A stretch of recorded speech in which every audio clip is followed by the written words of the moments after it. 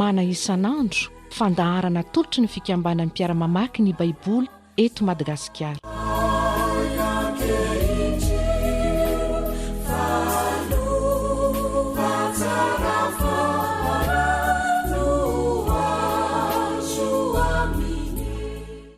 Fifaliana mandrakariva riavana ny oerabanantsika tonga eto amin'ny fotoana ny mana isan'andro indray ary dia mirary indrindra ny fitahin'ny tompo ho amintsika. Mbola manohy ny tantaran'ny Paoly ihany sika.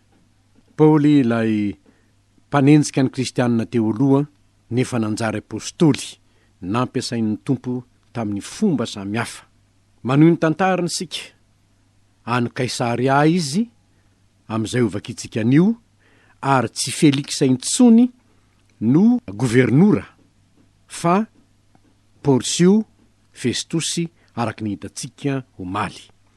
Ka ny asan'ny apôstôly toko fa 520 andininy voalohany ka hatramin'ny andininy fa 12 no ovakintsika anio. Iara misaotra ny tompo aloha isika no izany teniny hodinintsika izany. Andriamanitra rainay izay ny an-danitro, fantatray fa na aiza misy olona miaino ary manaraka izao vavaka izao dia manatrika eo ianao. Ko dia misaotra anao zay tompo.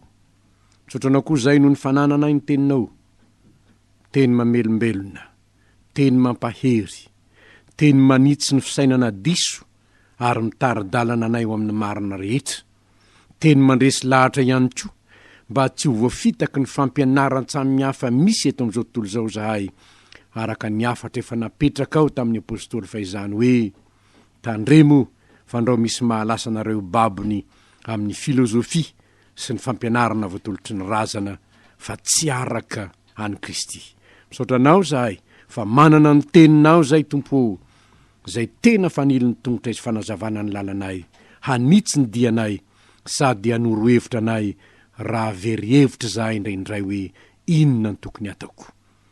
Dia ho voninahitra anaranao anie tompo zay fampianarana omenao anay androany indray satria hanitsy ny fisainanay izany. Amin'ny anaranao Jesosy no angatahana izany. Amen. Asan'ny apôstôly toko fa 520 ny andininy voalohany ka hatramin'ny andininy fa 12. Vakintsika amin'ny anaran'ny tompo zany. Ary Festusy no tonga teo amin'ny zara fanapahany dia niala tany Kaisaria hiakatra any Jerosalema rehefa afaka teloana.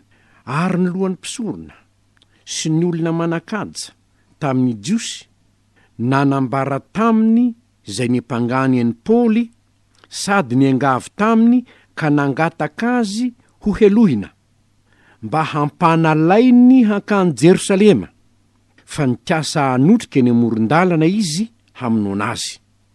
Ary Festusy namaly fa Paoly dia ambenana ny Kaisaria sady izy koa efa hankany faingana koa zay manam-pahefana eo aminareo izy no aoka hiara-midina amiko ka hiepanga andra lehilahy raha manan-keloka izy.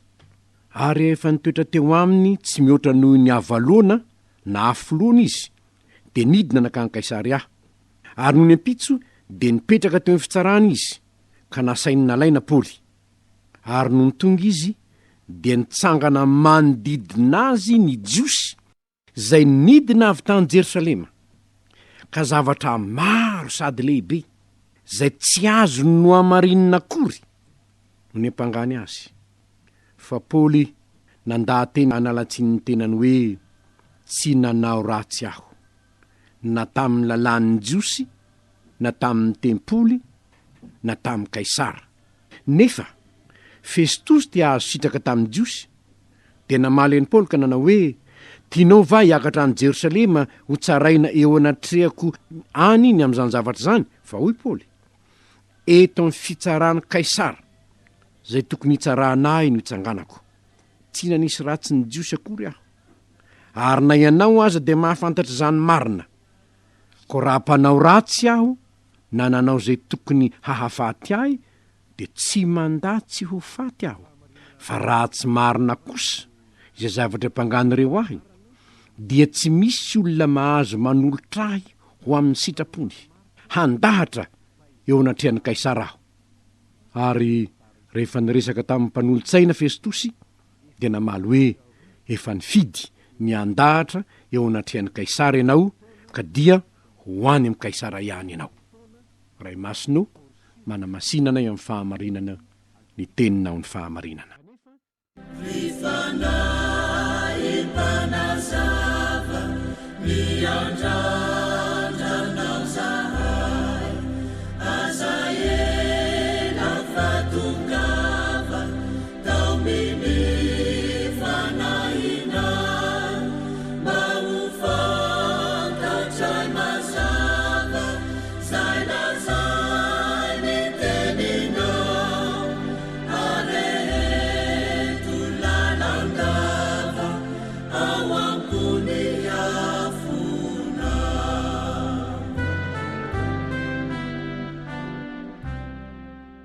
Fahamarinana telo lehibe indray ry havana no akatsika fampianarana ny amin'izay teny novakitsika teo. Tsara aloha ny manamarika fa izao tantara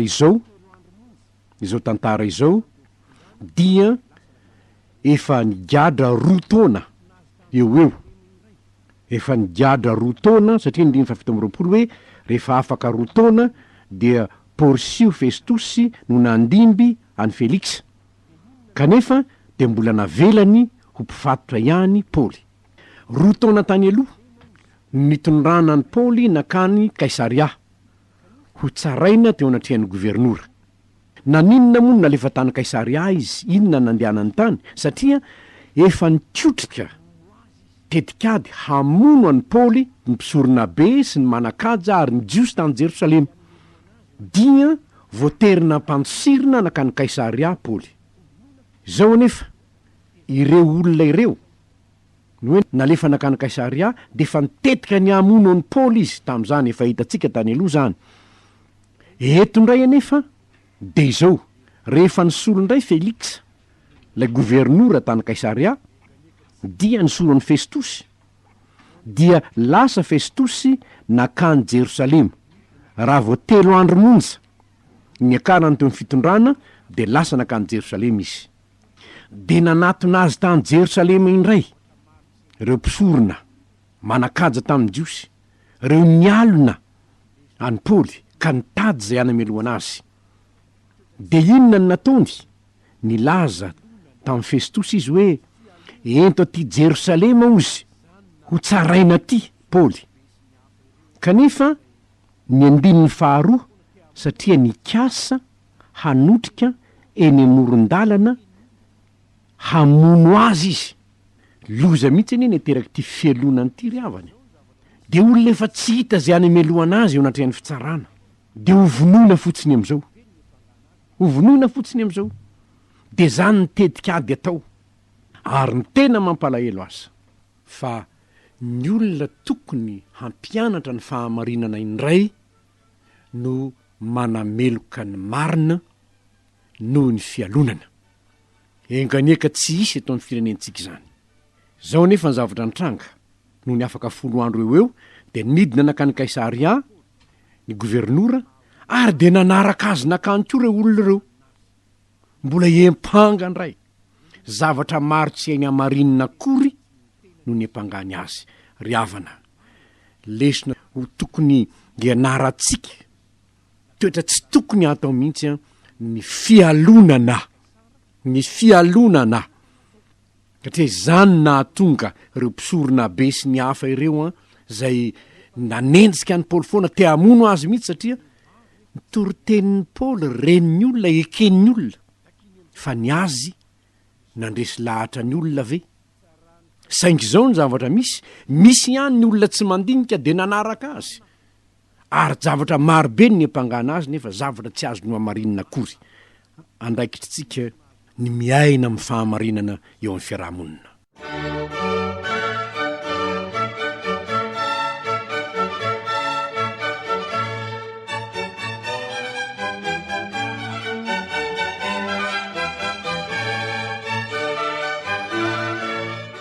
Fahamarinana faharoa, nitako ny zony Paoly amin'ny maha olo marina sady romanina azy. Nitako ny zony izy. Ny andininy fahavalo, nandà-teny any alatsiny ny tenany izy. Ilazany ny marina ka olona marina izy. Tsy hitako zay raha tsy nataoko izy, na tamin'ny lalànany Jiosy, na tamin'ny tempoly, na tamin'ny Kaisara, zay lazain'ireo fa nataoko. Tsy hitako nefa ny fahamarinany zany fanamelohany ataon'izany. Ny niam-pangana aho izy, zava-dehibe maro nefa tsy azo ny amarinina.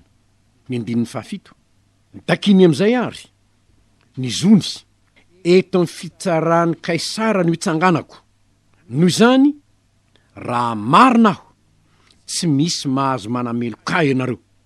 Raha marina aho, tsy misy mahazo manameloka ianareo. Ary zao no izy, ny andininy faharoambin'ny folo de hoy izy hoe, ho any amin'ny Kaisara mihitsy aho, ho aiza moa zany, ho any Roma, ho any amin'ny empereur mihitsy aho. Any any ho tsaraina. Nitako ny zony Paoly amin'ny maha olo marina azy. Zavatra anankiray zay mety hitranga ry havana, raha sendra miseho eo anatrehan'ny fitsarany ianao, ka fantatrao fa marina ny nataonao, azonao atao ny mandà-teny manalatsiny ny tenanao fa zany nataon'ny Paoly eto. Satria eo anatrehan'ny fitsarana aho izy, de aoko tsaraina marina aho, aoka ho tsaraina marina aho. Eto tsika de ohatry ny hitatsika ihany hoe to miakatra fitsarana ambony izy zany.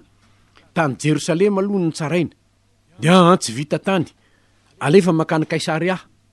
De hoy Paoly hoe alefaso mihitsy makany Roma aho, alefaso any mihitsy aho, aoka ho any zay olona mitady anameloka eo, aoka ho any aho. Ary tsy mahagaga moa ry havana fa zany anie endriky ny fitsarana am'izao fotoan'izao anie zany e.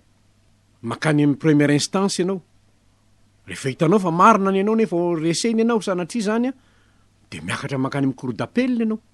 Hitanao fa hoe mbola marina ihany ianao nefa resy, mampakatra cassation. De to hitanao hoe zany fitsarana zany ihany ny fitsarana misy am'izao fotoan'izao. Zao nefa ry havana, zao ny zavatra mahafaly ny amin'ny Paoly. Tsy matahotra ny sehon'ny fitsarana rehetra izy, satria fantany fa marina zavatra nataony. Ary misy teny mahafinaritra loatra ry havana, fampaherezany zay elohina tsy marina. Ianao angamba mahalala hoe tena tsy fahatsoko aneny nanao an'izao nefa zao natao amiko hoe, zao ny teny fampanantenana ny men'Andriamanitra ny mpanompony. Ny mpanompony izay miaraka amin'ny tanteraka. Ny fiadiana rehetra zay voaforona amelezana anao, de tsy hisy ambinina.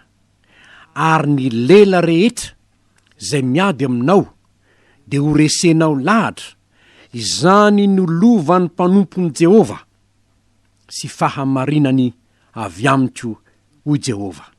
Isaia 4:7-12. Betsaka ny fanakianana, betsaka ny zavatra tediavina anamelohana ny Paoly, nefa tsisy ambinina ireny ho ny teniny menany Isaia mpaminany ho an'ny mpanompony Jehova.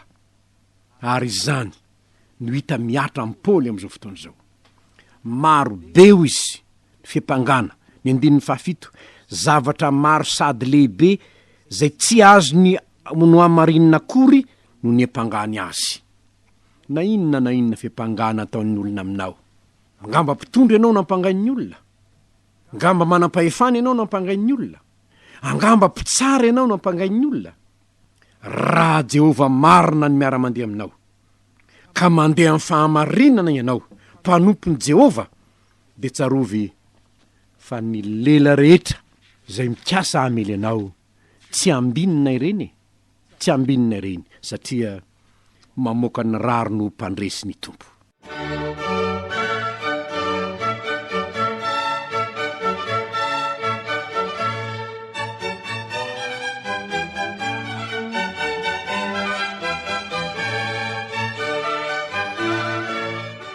Fa ny fahamarena fahatelo farany ry havana de zao, mampiova hevitra tokoa ny filantsitraka amin'olona. Nefa hitatsika tamin'ny Feliksy io, niova hevitra Feliksy, ka na de tokony hamoaka ny Paoly azy izy, nitazony 2 taona ihany, mandra-pialany teo, tsy navoaka ny Paoly. Atao inona? Satria azo sitraka tamin'ny jiosy izy ho ny 720 amin'ny toko 420 etondray dia ahoana hoy Fesitosy, ahoana hoy izy ny 4 hoy izy tamin'ny 4 aty Kaisaria ihany no itsarana azy no niakatra tany Jerosalema nefa izy ka niverina avy any 10 andro tatoriana te azo sitraka tamin'ny jiosy izy de hoy izy tamin'ny Paoly hoe ndao ianao entina any Jerosalema ho tsaraina satria zany ny tediavin'ny jiosy, zany ny tetiky ny jiosy.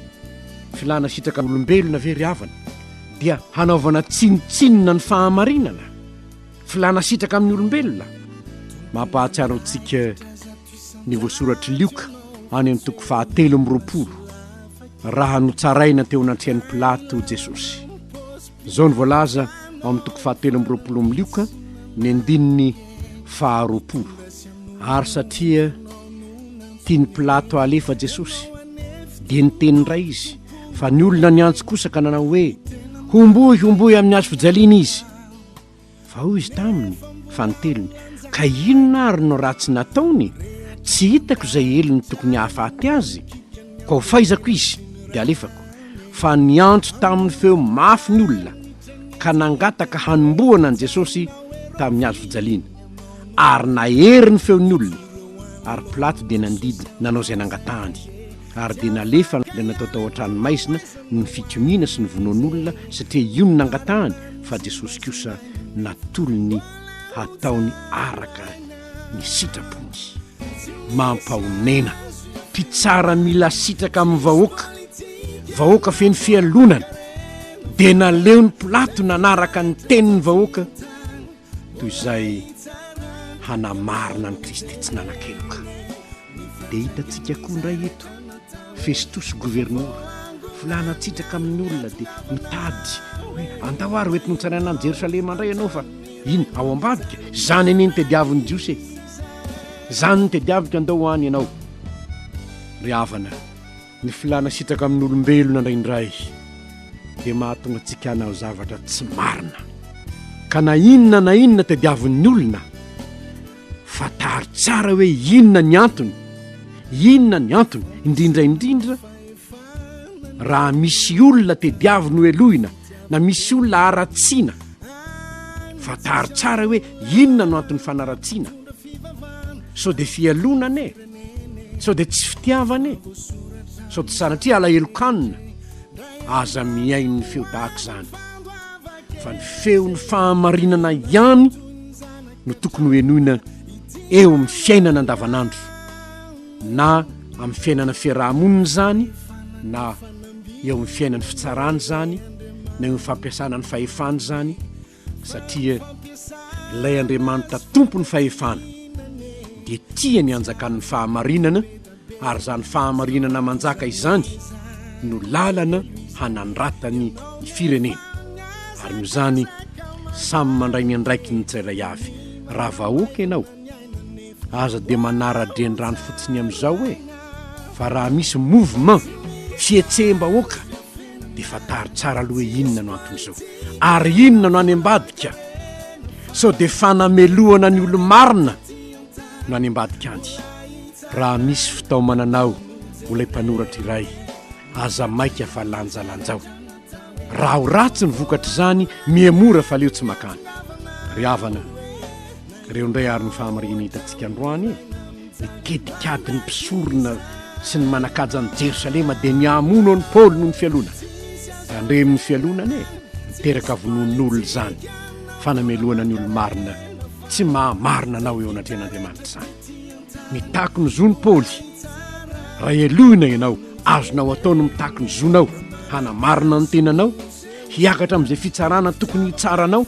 Paoly ho an'ny Roma mihitsy any Kaisara aza ho izy ary farany tandreminy miova hevitra noho ny filantsitraka amin'ny olona ka mitady hanao zavatra tsy marina hiretsikombakomba amin'ireo raha tsy tetika tsy mahasoa anao zany satria ny Andriamanitsika dia Andriamanitra ny fahamarinana. Ho feno olo marina ny Madagasikara satria efa tarigetratsika raha teo ankehitriny ny hoe fahamarinana. Nefa ny fahamarinana tsy ny fahamarinana araka ny hevitro fa ny fahamarinana araka ny tenin'Andriamanitra. ho azy eny ny voninahitra. Andriamanitra misaotranao zahay no ny teny menao nay androany, misaotranao zahay no ny tantara tena andraisany fampianarana mahafaly mahafinaritra. Ampio zahay mba tsy hanjakan'ny fialonana tahaka ny mpisorona be sy ny manakajany Jerosalema. Ampio zahay mpamonjy eo mba hijoro ny fahamarina tahaka ny Paoly, fa tsy sanatria iova hevitra no filatsitraka amin'olombelona tahaka ny nataon'ny Fesitosy, fa andeha amin'ny fahamarinanao zahay Tompo, satria izany no lalana entinao hanandratana ny firenena. Amin'ny anaranao Jesosy Tomponay no anaovanay izany vavaka izany. Amen.